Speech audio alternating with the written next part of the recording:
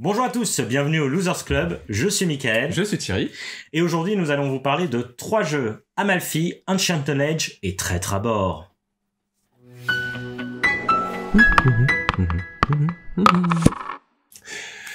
Le premier jeu de cette sélection, c'est Amalfi Renaissance. C'est un jeu sorti chez Silex, qui en fait a réadapté un jeu qui s'appelle Amalfi, qui est sorti au Japon. Et en fait, en le localisant, ils ont retravaillé un petit peu et ça a donné Amalfi Renaissance. Donc nous, on n'a pas joué à Amalfi, mais on a déjà fait 5 parties d'Amalfi Renaissance. Moi, dès que je l'ai découvert, j'ai eu envie de l'acheter. C'est un jeu purement Eurogames, qu'on pourrait qualifier de placement d'ouvriers, mais qui a une particularité, c'est que quand on place des ouvriers qui sont en l'occurrence des bateaux, on va placer des bateaux sur le plateau personnel, mais la plupart du temps, cette action va envoyer d'autres bateaux chercher des ressources. Donc on va bloquer un bateau pour toute une manche sur le plateau, et pendant ce temps-là, 2 autres bateaux, le plus souvent 2, parfois 1, parfois 3, vont chercher des ressources, et ces bateaux, en fait, il va falloir les faire revenir pour gagner les ressources, et ils seront de nouveau disponibles pour ensuite aller chercher d'autres ressources. Donc en fait, il y a quelque chose comme ça qui est je pense, c'est le plus intéressant du jeu, c'est le plus original, c'est que c'est un peu ce flux à gérer, voilà, qu'on n'a pas l'habitude de voir, donc qui est plutôt cool. On commence avec 4 bateaux et on peut aller jusqu'à 10, donc c'est très rare aussi un jeu de placement d'ouvriers où on a jusqu'à 10 ouvriers. Et donc c'est le principal originalité.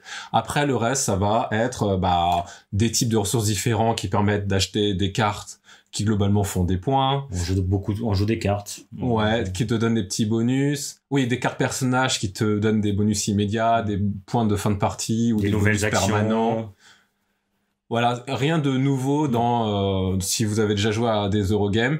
On est en terrain connu, mais le plus intéressant pour moi, ça va être de gérer justement ce flux de bateaux. Et tout ça se déroule en 4 manches. Il y a aussi des scorings de fin de manche et un scoring tout au long de la partie au plus rapide. Le premier qui arrive à faire les objectifs gagne beaucoup de points. Voilà, on est sur des scorings qui vont éclater les 150 points. Donc c'est quand même un jeu qui est satisfaisant parce qu'on gagne beaucoup de points. Maintenant, moi, ce que je trouve, c'est que c'est un puzzle un peu personnel de se dire comment je vais faire mes actions pour qu'elles soient optimales et dans quel ordre je vais les faire. Et même si tu crois qu'il y a un peu d'interaction sur le plateau personnel, sur le plateau commun, je voulais dire plutôt. En fait, tu te rends compte qu'il y en a pas tant que ça, parce que chacun a ses personnages, t'as toujours quelque chose à faire globalement, et tu vas surtout acheter des destinations privées, que seul toi pourras utiliser. Donc, plus la partie avance, plus tu iras sur tes destinations privées, et moins tu iras sur le plateau commun. Et ça, tu te rends compte, même à partir de la deuxième partie, tu commences à le voir et à dire, oui, en fait, il y a pas beaucoup de blocage. C'est important. En fait. Et en plus, elles sont encore mieux, ces tuiles-là. Oui, elles sont beaucoup mieux. Oui. Elles sont beaucoup mieux, donc du coup, ça te favorise à aller dans ton truc personnel. Et au final, le commun, chose que moi, j'ai pas fait dans la première partie, j'ai été vraiment totalement dans le commun et du coup, je me retrouvais quand même bloqué dans certaines actions. C'est ça. Ce qui a créé une petite frustration dans la première partie, mais que j'ai su dans ma deuxième un peu mieux réguler. Ça m'a un peu plus plu, pour le coup. Ouais, donc c'est ça. Donc voilà, ça peut aller plutôt dans les défauts, c'est-à-dire pour moi, c'est que c'est plutôt un puzzle personnel d'essayer de comprendre comment tu vas faire le truc le mieux possible. Et après, l'interaction, voilà, elle est assez minime. Donc on a joué, moi j'ai fait une partie solo même, on a joué à 2, à 3 et à 4. Et je trouve pas de grosses différences, si ce n'est dans la course aux objectifs. Mais sinon... Et je le trouve qu'il tourne même très bien à 2. Au final, je m'attendais à que ça soit un peu plus light, mais non, ça tourne très bien à 2. Et après, moi, j'adore ce côté, le management des bateaux, ce roulement de bateaux est vraiment assez extraordinaire. Et en plus, comme à chaque manche, on débloque des nouveaux bateaux qui vont venir pour les manches prochaines, eh bien, t'as énormément d'actions. Au bout d'un moment, ça devient vraiment même très compliqué à savoir dans quel ordre tu vas jouer. Et c'est là qui est la difficulté pour moi, c'était de savoir, j'ai 10 bateaux. Qu'est-ce que je vais faire avec ces 10 bateaux, quoi. Et moi, je me retrouvais souvent un peu en paralysie à me dire, mais je sais pas quoi faire. Et ça, c'est intéressant. Après, j'en ferai pas 1000 de parties. J'ai un peu peur que ça se dilue au bout d'un moment. Mais comme il y a énormément de cartes aussi, il y a énormément de différentes destinations privées où on peut aller. Donc, peut-être ça se joue très bien, je sais pas.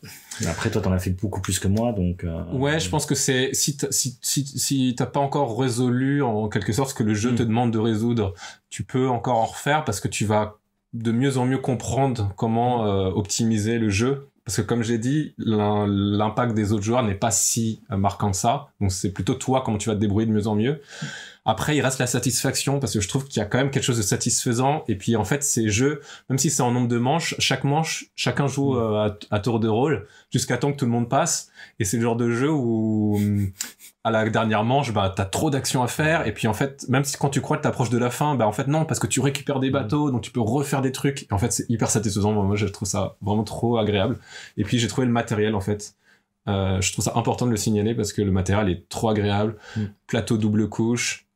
Même pas mal de tuiles qui sont trouées, qui permettent aussi faire du double couche en quelque sorte. Ouais, et puis des bonnes idées de design toutes simples, où les objectifs ils vont s'équilibrer tout seuls en fonction de là où ils sont mis. C'est plutôt malin, et en fait c'est hyper agréable à manipuler, je trouve. Ouais, tout l'iconographie aussi, elle est hyper claire. Ouais. On comprend où aller. Mais moi, du coup, c'est un petit défaut pour moi, c'est le côté justement quand tu passes. Quelqu'un qui a moins optimisé son jeu va attendre longtemps, je pense. Ça peut arriver. Comme dans un Everdell, en quelque sorte. Ouais, ou un Arak. Oui, c'est vrai. Et du coup, ça peut être un peu frustrant si quelqu'un n'optimise pas beaucoup. Après, moi, j'aime bien le côté, les bateaux, il faut les payer. En quelque sorte, faut nourrir ses ouvriers. Là, on nourrit des bateaux. Avec du pain, donc ça fait une autre réflexion à faire. Je pense que jamais personne n'a perdu dans toutes les parties qu'on a faites. Ouais, non. Jamais personne n'a perdu. Parce que tu perds des points si tu arrives pas à payer les bateaux, mais enfin les entretenir, le coût d'entretien. Mais oui. Voilà, je reste positif. Je pense on peut quand même largement en faire 10 si on n'arrive pas au bout du puzzle, et comme c'est assez agréable. Après, voilà, c'est un jeu qui risque après de prendre un peu la poussière, mais dans la découverte, je le trouve hyper agréable. Maintenant, on passe au deuxième jeu. Du coup, on quitte la Renaissance pour des âges beaucoup plus anciens. On va à Ancient Knowledge. Donc, globalement, Ancient Knowledge, c'est un jeu de cartes où on va construire notre civilisation. Et ce qui est rigolo dans Ancient Knowledge, c'est qu'on va jouer des cartes dans une frise chronologique. Et bien, on joue des cartes, et ces cartes, elles vont vieillir en quelque sorte. Et quand elles vieillissent, elles vont avoir des effets. Des fois, elles ont des effets quand on la pose. Globalement, on pose des cartes, on fait des combos, on essaye d'améliorer son jeu de cette façon-là en jouant des cartes. On joue des cartes, on pioche des cartes. Voilà, vous avez compris, je pense. On est dans un côté vraiment jeu de cartes satisfaisant où on va vraiment... On a une idée en tête, on va partir sur une stratégie et on va suivre notre stratégie jusqu'au boutisme. C'est très léger. Par contre, peut-être c'est une qualité mais aussi un défaut. Je trouve que c'est quand même très léger, mais c'est vraiment facile à expliquer et ça se joue, je trouve, globalement vite. On comprend très vite. Et encore une fois, peut-être je parle vite, mais on voit que l'iconographie aussi, elle est hyper claire. On a différents effets pour quand on joue des cartes, des effets immédiats. C'est hyper clair. C'est clair, ouais. Et les cartes sont très agréables aussi. Ouais. Genre le texte, il y a pas mal de texte à lire, mais en fait, il est aussi agréable à lire. Il est très compréhensible. Il y a pile l'iconographie qu'il faut, je trouve. Oui. C'est pas juste du texte brut. Il y a vraiment cette petite iconographie qui fait référence et elle est hyper limpide. Et puis le truc excitant du jeu, c'est vraiment de faire des combos, faire scorer des plus de points là-dessus. Alors, ce qui est intéressant aussi, c'est que quand on pose une carte, chose que j'aurais dû dire, mais quand on pose une carte, globalement, on va mettre ce qu'on appelle des savoirs, qui sont des points négatifs à la fin de la partie. En clair, si on laisse la carte vieillir et que ces savoirs viennent dans le déclin, je sais plus, la zone de déclin, et ben ça nous fera des points négatifs à la fin. Donc il y a un jeu où on va essayer de retirer ces savoirs pour pas avoir des points négatifs. Et c'est globalement un des axes principaux du jeu pour pas avoir trop de points négatifs. Ou au contraire, des fois on peut jouer des grosses cartes qui vont nous faire des points négatifs, mais comme elles rapportent beaucoup plus de points, il y a vraiment un côté aspect décisionnel là-dessus qui est assez intéressant. Et puis je pense qu'à la fin, on n'est pas tous, on regarde les scores, et je pense qu'il y en a, moi j'avais moins 17, quelqu'un... voilà, mais tu compenses en ayant fait plein de points par ailleurs, quoi. Par les cartes. C'est ça. Et moi ce que je trouve, c'est que c'est vraiment un jeu de cartes. C'est-à-dire que la seule ressource du jeu, c'est les cartes. Des fois, tu poses une carte et on te demande d'en défausser 2. Donc la ressource, en fait, de ton coup, c'est des cartes. Okay. Ces savoirs-là, c'est des petits tokens qu'on met sur les cartes, mais c'est pas une ressource. C'est un truc qu'il faut manager. Donc je trouve ça bien qu'il a gardé l'idée que c'est un jeu de cartes. Ouais. Ça reste un jeu de cartes, c'est une pile de cartes comme ça. Après, au cours d'une partie, on pioche beaucoup, donc ça nous arrive d'aller jusqu'au bout, surtout à 3-4. Ça va forcément aller jusqu'au bout du deck, de la pioche. Mais voilà, ce qui est intéressant aussi, ce que j'aime beaucoup, c'est comment on manage des effets qui ne sont donc des effets qui sont plutôt liés au moteur, qu'on dirait dans un jeu un moteur de pioche ou quelque chose qui nous donne un bonus à chaque tour, mais qui sont temporaires. Ça c'est très rare dans les jeux, c'est que dès que la carte vieillit et passe en déclin, il y a plus d'effet. On a perdu le pouvoir passif. C'est ça, et ça c'est assez malin d'essayer de gérer. Parce que c'est aussi comme ça que la partie va terminer. C'est plus on a de monuments dans son passé, donc qui est arrivé en déclin et qui est fini, plus on se rapproche de la fin de partie. Et comment tu veux à la fois profiter de tes effets, mais en même temps que la partie avance, parce que ça fait des points. Et justement, c'est super intéressant parce que quand tu mets cette carte avec un effet, en vrai, pendant un certain moment, tu sais que pendant 4 tours, tu vas travailler autour de ça. Ouais, je trouve ça assez fou de te donner une direction et tu te dis, là, j'ai cet effet-là, il faut que je fasse le maximum de fois cet effet-là. Et ça, moi, je trouve ça super agréable, je trouve. Il y a quand même des cartes qui s'appellent des reliques qui ont des effets permanents. Si tu les gardes toute la partie, tu auras l'effet de toute la partie. Donc c'est quand même des petites aides, tu peux en avoir jusqu'à 5 au maximum. Moi, j'avoue que j'aime bien n'en jouer que 1 ou 2. J'essaie d'optimiser à fond, mais tu peux aussi en jouer 3 et que ça tourne bien. Et puis, il y a une autre mécanique qui s'appelle des connaissances.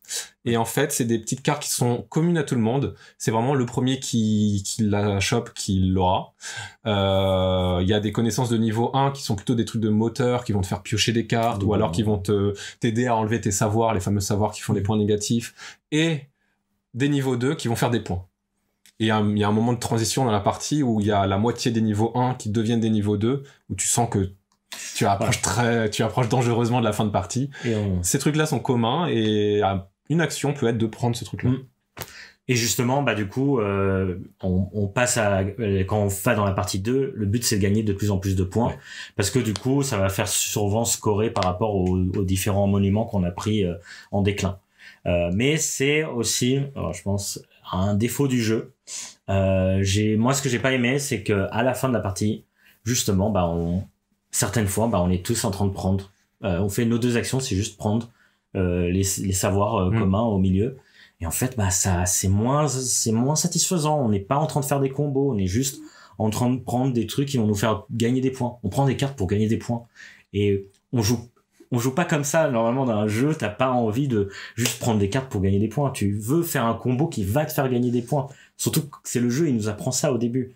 Et quand à la fin t'arrives à ça, je trouve ça un peu dommage, quoi. Surtout dans un jeu qui n'a pas de nombre de tours limité et donc qui, comme j'ai essayé de le dire avant, la fin de partie se déclenche dès que quelqu'un, donc en l'occurrence, a 14 monuments dans son passé.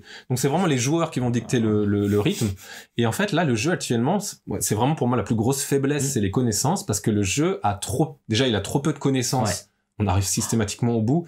Et pourtant, même en rushant la partie, on arrive au bout. Même en ayant fait que la moitié du deck de cartes, on a quand même arrivé au bout des connaissances. Même en jouant naturellement.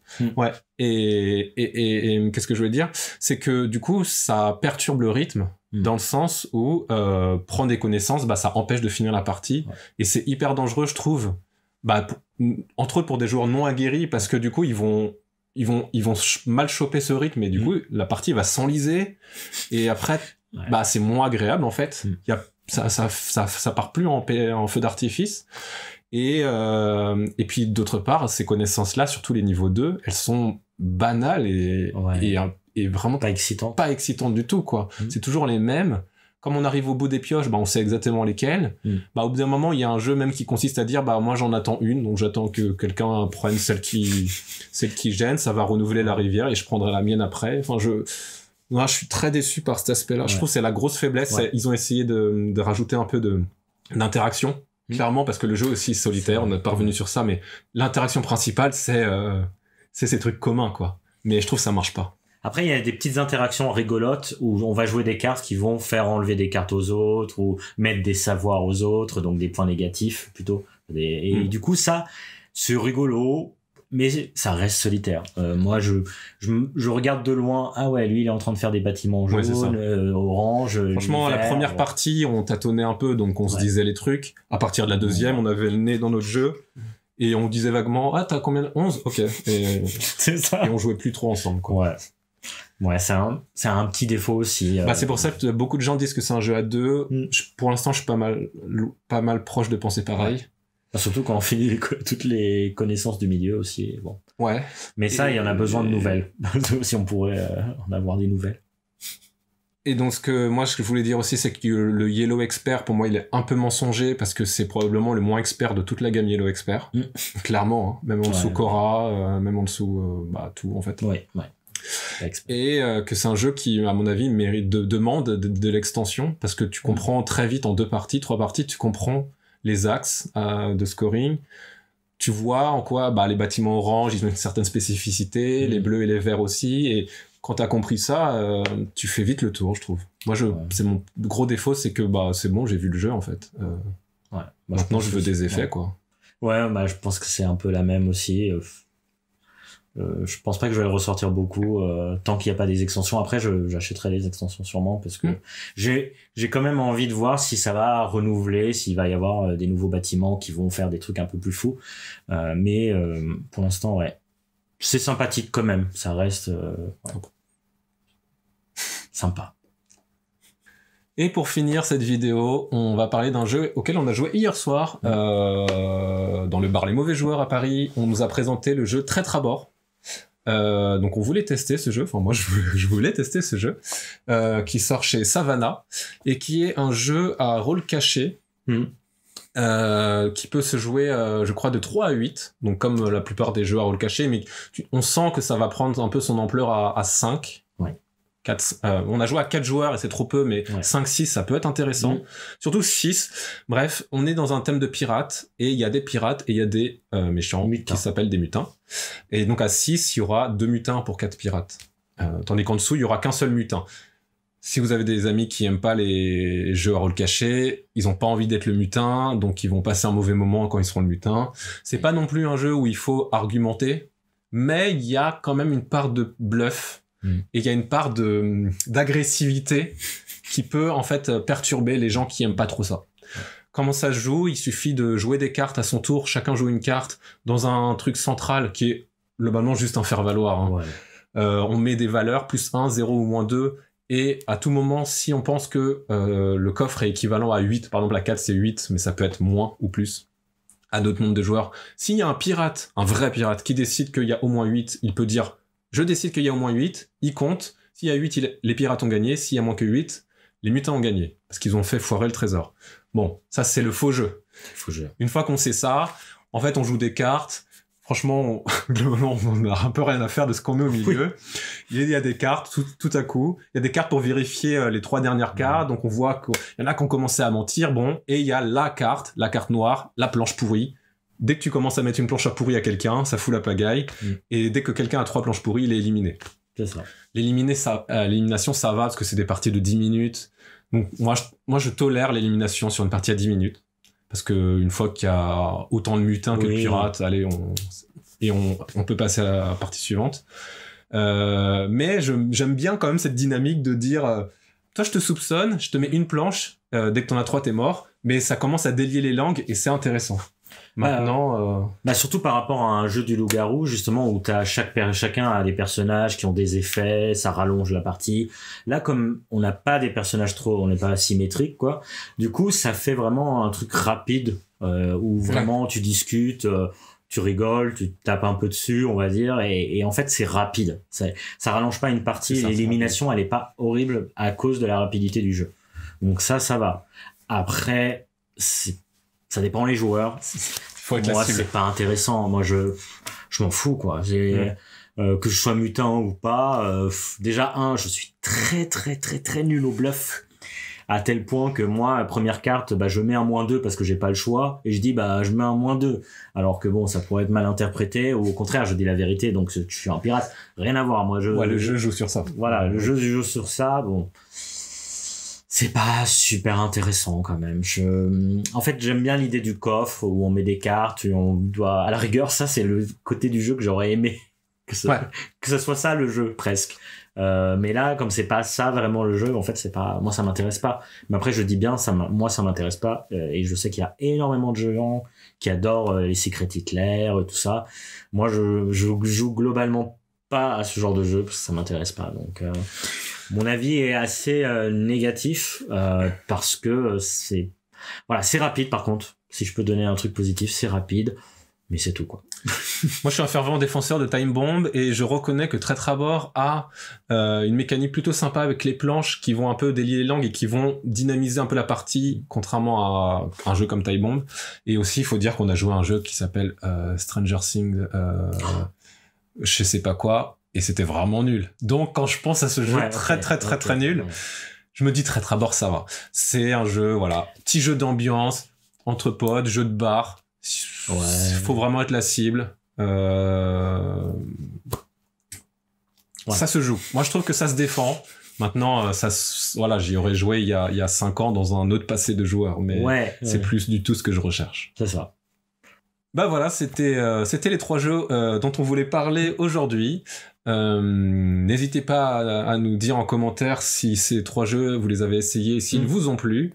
Nous on se retrouve, on va continuer ce format parce qu'on adore ça. On va se retrouver très vite pour 3 autres jeux encore. On enchaîne et puis peut-être plein d'autres formats. Je sais pas. Ah oui. En attendant, suivez-nous sur Instagram. N'hésitez pas à vous abonner sur YouTube et lâcher un pouce bleu. Et à la prochaine. Et ceux qui n'ont pas mis de pouce bleu, je sais que vous êtes des mutins. Je vous ai à l'œil.